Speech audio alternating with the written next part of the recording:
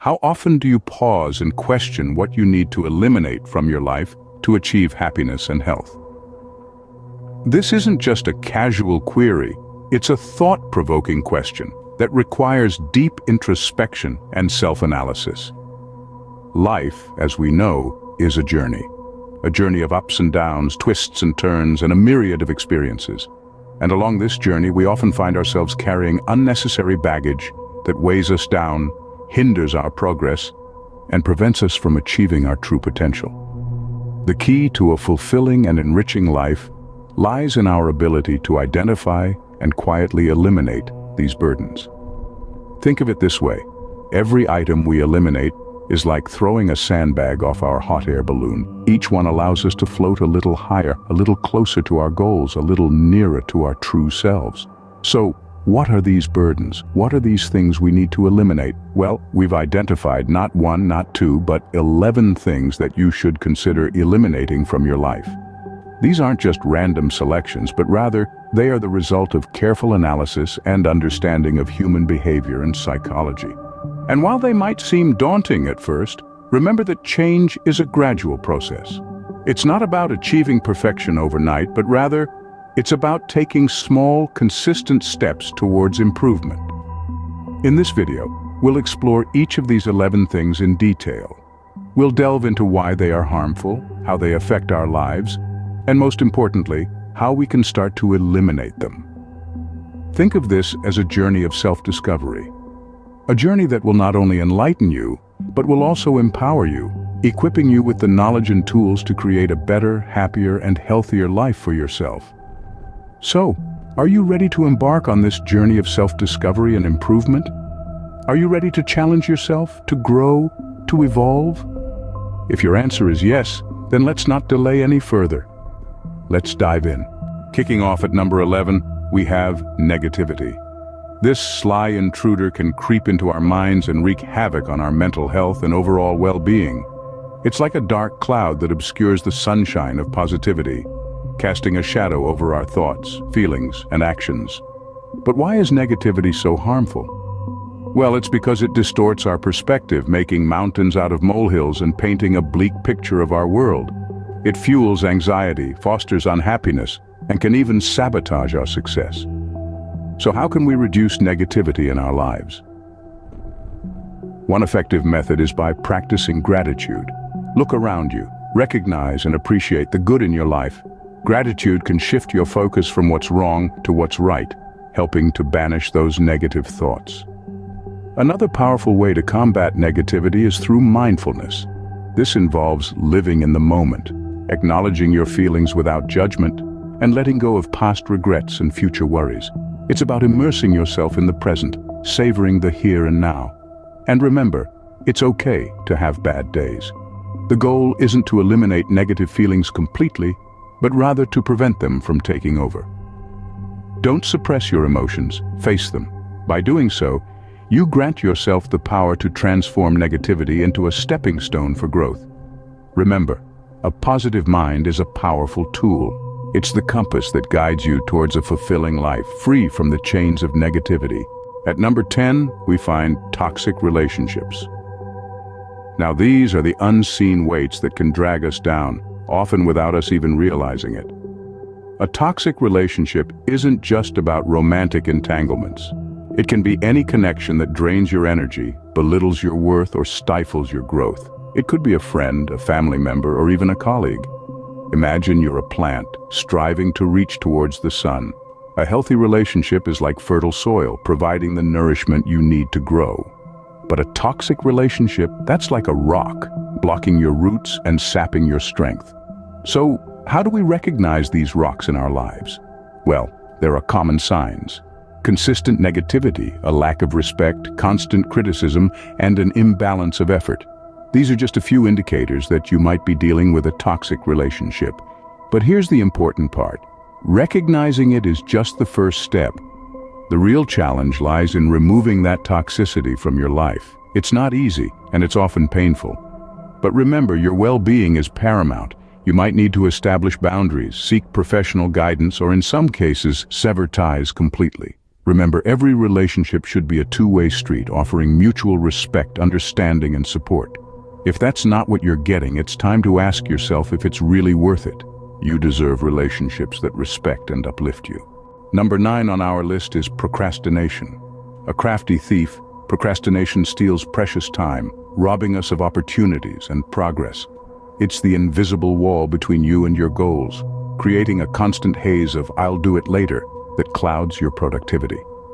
Procrastination isn't just harmful to your productivity, it sabotages your mental health too.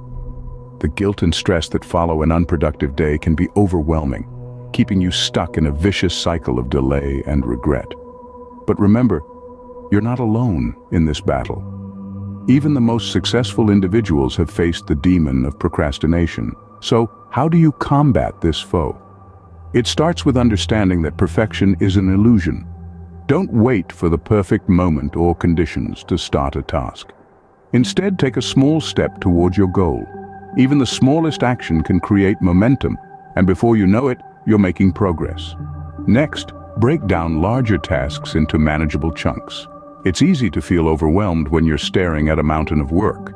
But by dividing it into smaller tasks, you make it more digestible and less daunting. Lastly, establish a routine and stick to it.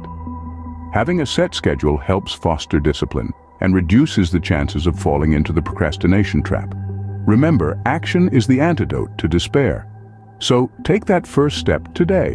Overcome procrastination and reclaim your time, your productivity, and your peace of mind. Coming in at number 8, we have unhealthy habits. Now, when we say unhealthy habits, we're not just talking about the obvious ones like smoking or excessive drinking. Yes, those are detrimental, but there are other, more subtle habits that can equally erode your quality of life. Take, for example, your diet. Are you nourishing your body, or are you feeding it with junk? A poor diet can lead to a myriad of health issues, from obesity to heart disease, not to mention it can affect your mental health as well. Eating balanced meals rich in fruits, vegetables, lean proteins, and whole grains can significantly improve your physical and mental well-being. Then there's exercise, or rather, the lack of it. Our bodies are designed to move. Sitting for long periods, day in, day out, can lead to weight gain, cardiovascular problems, and even depression. Incorporating regular physical activity into your routine, whether it's a brisk walk, a gym session, or a dance class, can work wonders for your health and mood. But remember, these changes don't have to be drastic. Small, consistent steps are the key. Start by swapping that bag of chips for an apple, or taking a short walk during your lunch break. Over time, these small changes can become your new, healthier habits. Your body is a temple. Treat it with respect. At lucky number 7, we have fear of change.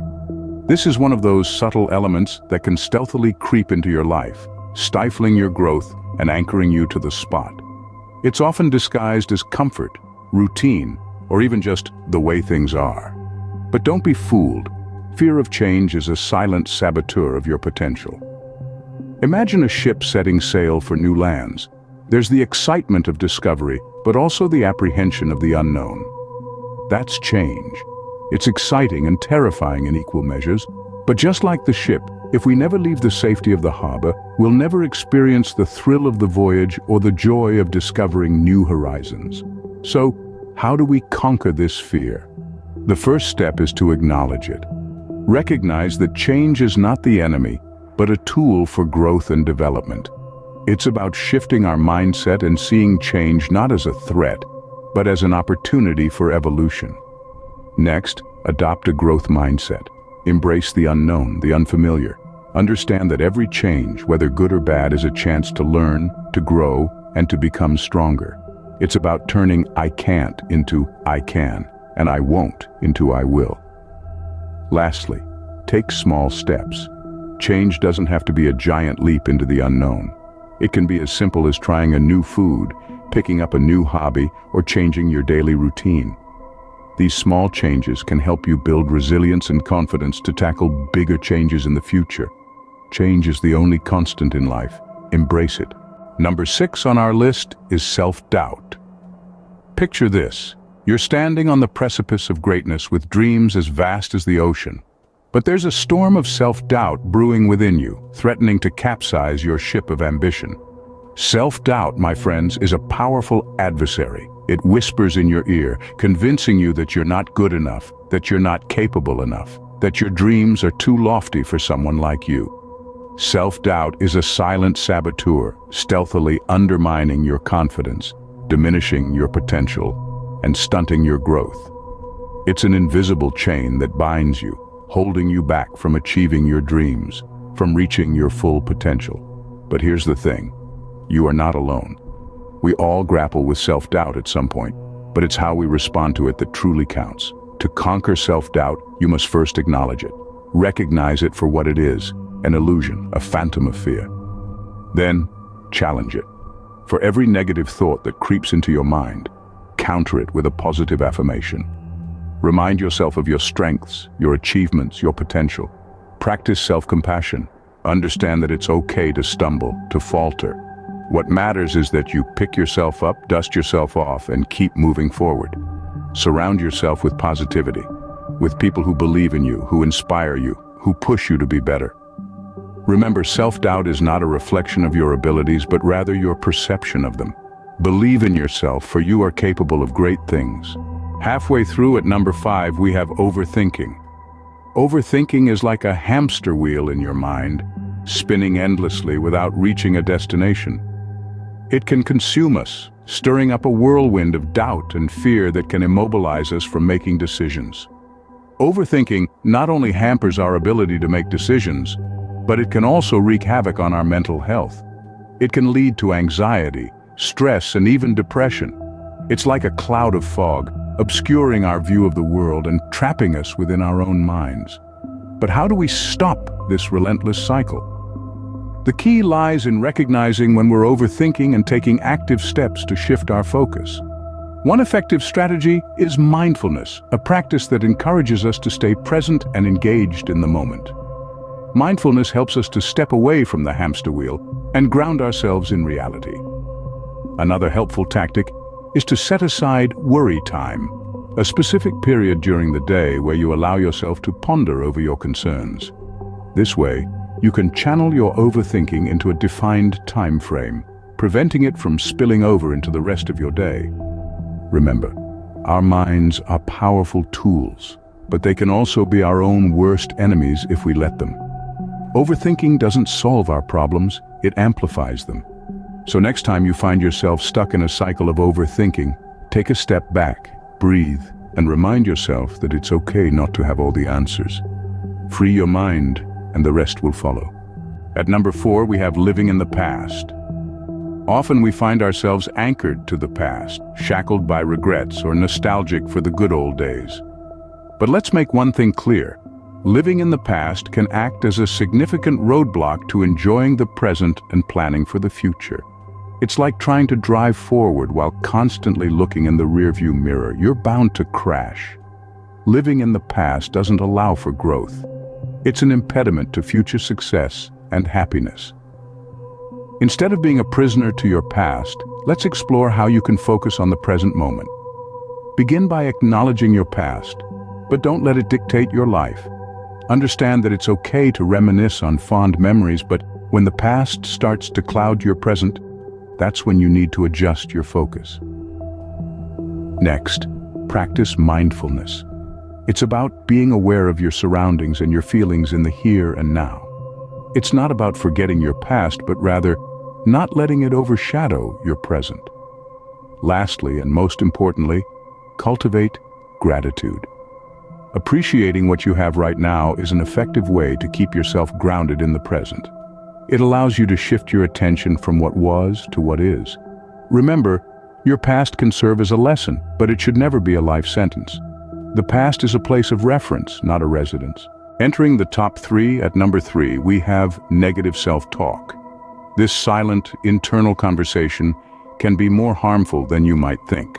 It's a form of self-sabotage that chips away at your self-esteem and overall happiness, subtly convincing you that you're not good enough, not smart enough, not worthy enough.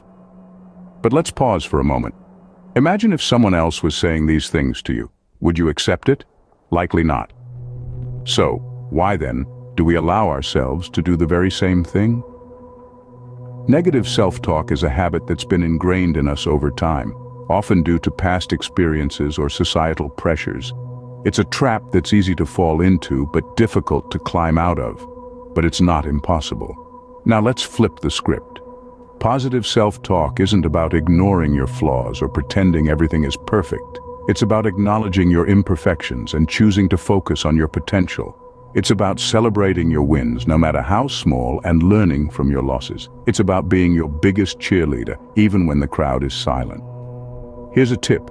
Whenever you catch yourself in the midst of negative self-talk, stop. Reframe that thought into something positive. For example, instead of saying, "I can't," say, "I will learn." Instead of, "I'm a failure," say, "I'm a work in progress." Small shifts in language can lead to big shifts in mindset. Remember, you are the author of your own story. You have the power to change the narrative. Speak to yourself like you would to someone you love. At number 2, we have pleasing others. The desire to be liked is deeply ingrained in us as social beings. But when the need to please others starts overshadowing your own needs and happiness, it's symptomatic of a problem. You see, there's a fine line between being considerate and completely disregarding your own desires and well-being. This is a line that must not be crossed. The truth is, you can't please everyone, no matter how hard you try. There will always be people who will criticize or disagree with you. And that's okay. The key is to understand that you don't need to justify your life or choices to anyone. Your happiness and peace of mind should never be compromised to meet the expectations of others. So how can we stop this self-sacrificing behavior? Start by setting boundaries. It's okay to say no when something doesn't align with your values or priorities. Prioritize self-care. Make time for activities that bring you joy and help you relax. Remember, it's not about being selfish. It's about self-preservation. It's about understanding that you, too, are important. Your feelings, your dreams, your happiness, they all matter. And they should be prioritized. Decide today to stop being a people pleaser. Start living for yourself. It's not an easy journey, but it's a rewarding one. You'll discover a newfound sense of freedom and contentment when you start living for yourself. It's your life, live it for yourself. And finally, at number 1, the most important thing to eliminate from your life is lack of self-love. Think of self-love as the magic elixir of a fulfilling life. It's a fundamental ingredient to maintaining mental health, happiness, and overall well-being. Yet, so many of us find it difficult to show ourselves the same kindness and compassion we freely offer to others. Why is self-love so crucial, you might ask? Well, when you love yourself, you set boundaries for your well-being. You don't let others take advantage of you or treat you poorly. You respect your own needs and prioritize them. You don't compromise on what matters to you. You don't settle for less than what you deserve. You celebrate your victories, big and small, and learn from your failures without chastising yourself. So, how can you cultivate self-love in your daily life? Let's go over a few tips. Firstly, practice self-care. Take care of your physical, emotional, and mental health. Eat nourishing food. Exercise regularly, get enough sleep, meditate, journal your thoughts, and engage in activities that make you feel joyful and relaxed. Secondly, be mindful of your self-talk. The language we use with ourselves is incredibly powerful. Replace self-deprecating thoughts with positive affirmations. Say to yourself, "I am enough, I am worthy, I am capable." Thirdly, learn to say no. It's not selfish to put your needs first. If something doesn't serve your well-being or align with your values, it's okay to say no. Fourthly, forgive yourself. We all make mistakes. It's part of being human. Instead of dwelling on your past errors, see them as learning opportunities. Lastly, surround yourself with positivity. Seek out friends who uplift you, engage in work that fulfills you, and immerse yourself in environments that inspire you. Remember, self-love isn't about being narcissistic or conceited. It's about acknowledging your worth and treating yourself with the kindness and respect you deserve. Love yourself first, because that's who you'll be spending the rest of your life with. And there you have it. 11 things to quietly eliminate from your life. As we draw this enlightening journey to a close, let's take a moment to recap the key points. We've explored how negativity can drain your energy and cloud your vision. Toxic relationships, whether personal or professional, can erode your happiness and peace of mind. Procrastination can hold you back from achieving your goals, while unhealthy habits can affect your physical and mental well-being. We've also discussed the fear of change, which can limit your growth and potential. Self-doubt can undermine your confidence, preventing you from realizing your true capabilities. Overthinking can lead to stress and anxiety, and living in the past can prevent you from enjoying the present and planning for the future.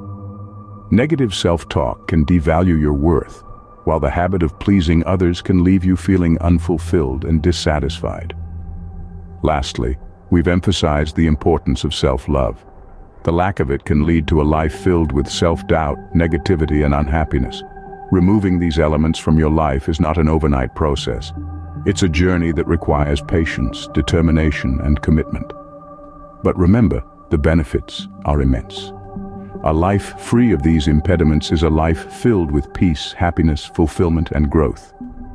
So, how do we start this journey? Start by acknowledging these elements in your life. Awareness is the first step towards change. From there, make a conscious effort every day to eliminate these elements, one by one. It might seem challenging at first, but with time, it becomes easier. Remember, it's not about perfection, but progress. Every small step you take towards eliminating these elements is a step towards a healthier, happier life. Don't wait for a perfect moment to start this journey. The perfect moment is now. Start today. Remember, the journey to a better life begins with a single step. Take that step today.